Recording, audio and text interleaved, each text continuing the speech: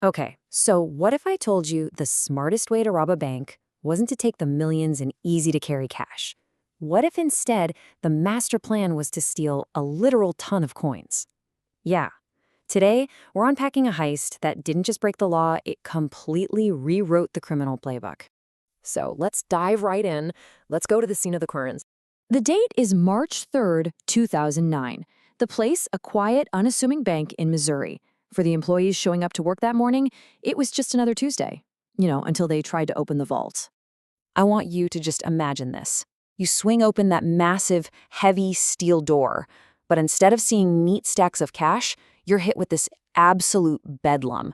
The report I'd read said it perfectly. The vault was drowning in utter chaos. Cash bags torn open, papers just thrown everywhere, pure pandemonium. But see, as the investigators started picking through that mess, they realized something was, well, it was more than just wrong. It was bizarre.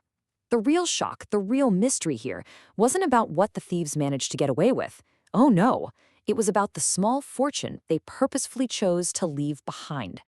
I'm host speaker, and I tell the stories of everything strange and mysterious on this planet.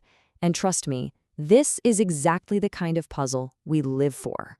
And like I always tell you, you've got to remember the golden rule. Don't believe everything you're told. Because in a heist like this, you have to ask yourself, what's actually more valuable, the lightweight cash or the heavy metal? I promise you, the answer is not what you think. So what did these thieves do that had the FBI just scratching their heads? Well, it's simple. They ignored the cash. And this is the absolute heart of the mystery. Lying right there, scattered all over the floor, was nearly $1 million. $1 million in clean, crisp banknotes. And the thieves?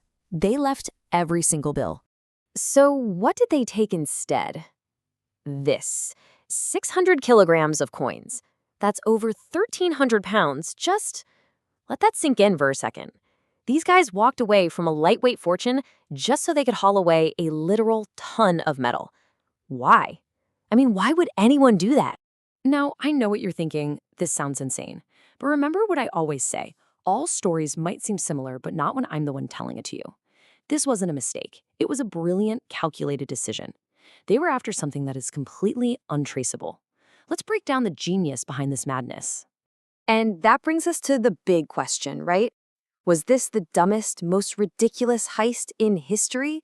Or was it a stroke of absolute, undeniable genius? You see, the thieves had a choice to make, a really critical choice. On one hand, you've got the banknotes, the obvious choice. High value, super lightweight, but they have a fatal flaw. Every single bill has a serial number. It's like a tiny little fingerprint that can be traced. Then you've got the coins, a logistical nightmare, right? They're heavy, they're low value, but, and this is the key, they are completely, totally anonymous. And that brings us to the holy grail of financial crime, untraceable funds. This is money with no past, no history. It can't be flagged by some computer system or tracked by a federal agent. The second it's in your hands, it's clean, it's safe. And our thieves, they understood this better than anyone. See, this is what reveals the bigger game these thieves were playing.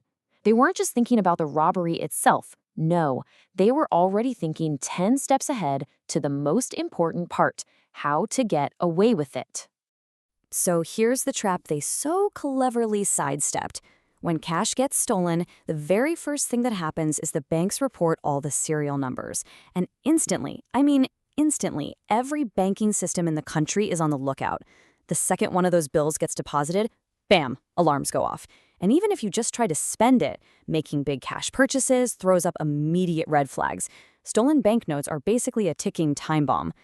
So by taking the coins, they just bypassed that entire tracking system. Gone. They walked out of that bank with money that was immediately usable, no questions asked. They weren't just stealing money, you see. They were steering anonymity. And in the criminal underworld, that is absolutely priceless. So, what's the big takeaway from this whole bizarre episode? What's the real lesson we can learn from this masterclass in criminal thinking? It all comes down to this powerful, kind of paradoxical idea I came across.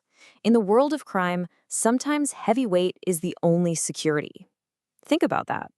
The very thing that made the loot seem like a terrible choice, its ridiculous weight, was the exact thing that made it perfectly safe.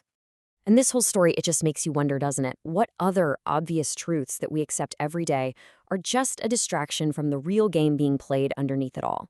Where else is the inconvenient, heavy option actually the smartest, safest move you can make? I'm host speaker. Until the next story.